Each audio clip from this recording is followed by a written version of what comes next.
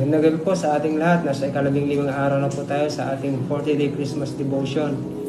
Lumalamig na po ang panahon at nagpapahiwatig na malapit ang Pasko. Pero di mo ba tinatanong sa sarili mo, what is the real meaning of Christmas? Yung bang palitan ng Christmas gifts, gumawa ng giant Christmas tree at lalagyan ng iba't ibang palamuti, o di kaya Christmas lights sa windows, dinner with family and friends, pagsabit ng medyas dun sa pintuan at mamayang gabi lalagyan ni Santa Claus ng gift. Is this really Christmas?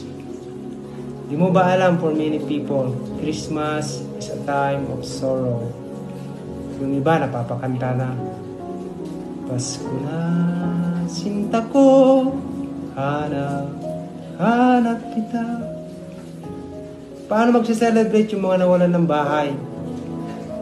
Sa nagdaang bagyo at baha, nawalan ng trabaho dahil sa pandemic, maraming nalulungkot sa Christmas because they think of their loved ones who will not be able to come home because na lockdown sa iba't ibang bansa, may ECQ, may NGCQ, and various reasons. But remember that the reason for this season is Jesus. A season for great joy.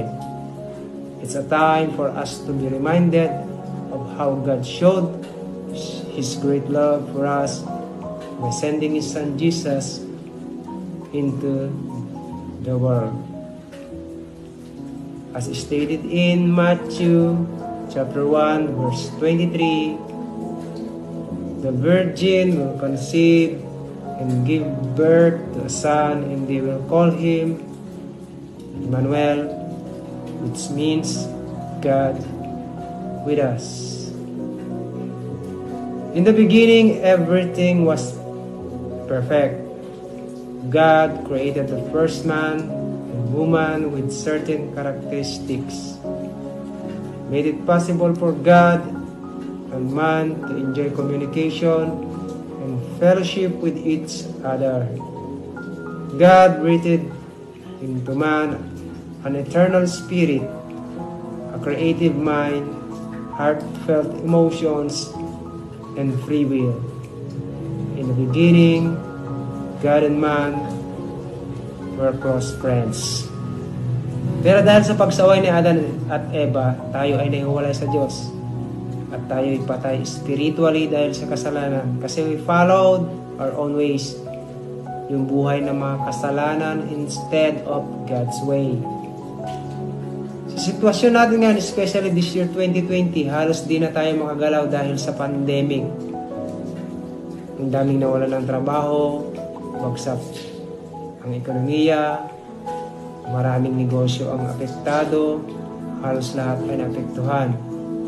Tapos may dumating na sunod-sunod na bagyo, sunod-sunod na baha sa iba't ibang dako ng bansa. Halos lahat siguro tayo dumadaing sa Diyos na matapos na ang mga pangyayaring ito. Pero parang hindi niya naririnig ang ating panalangin. Parang napakalayo niya sa atin. Parang bingi ang Diyos na di niya tayo naririnig. Maaring maitanong mo sa sarili mo, is God really with us?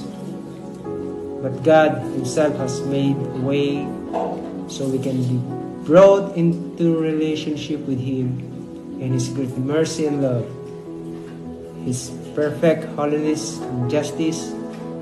God promised to send into the world a deliverer, the Messiah.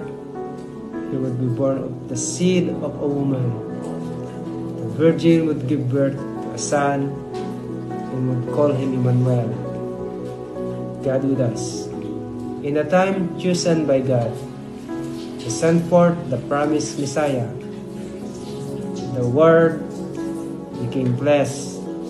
His name is Jesus, and He will be called Wonderful Counselor, Mighty God, Everlasting Father, Prince of Peace. Dahil sa kapanganakan ni Jesus, the gap between man and God, si Kristo ang naging tulay, dahilan para ma-reconcile tayo kay God. At dahil dito, may assurance tayo ng ating panalangin at hinaing ay naririnig ng Diyos. At ang pinakamahalaga sa lahat, ay kasama natin ang Diyos ayon sa kanyang pangako.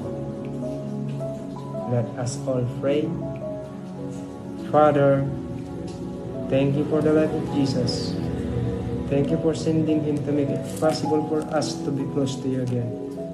Thank you for your desire to have a relationship with us and allowing your only Son to die in our place. Father, give us boldness to seek you in prayer and to worship, knowing that we have access to your presence again through Jesus.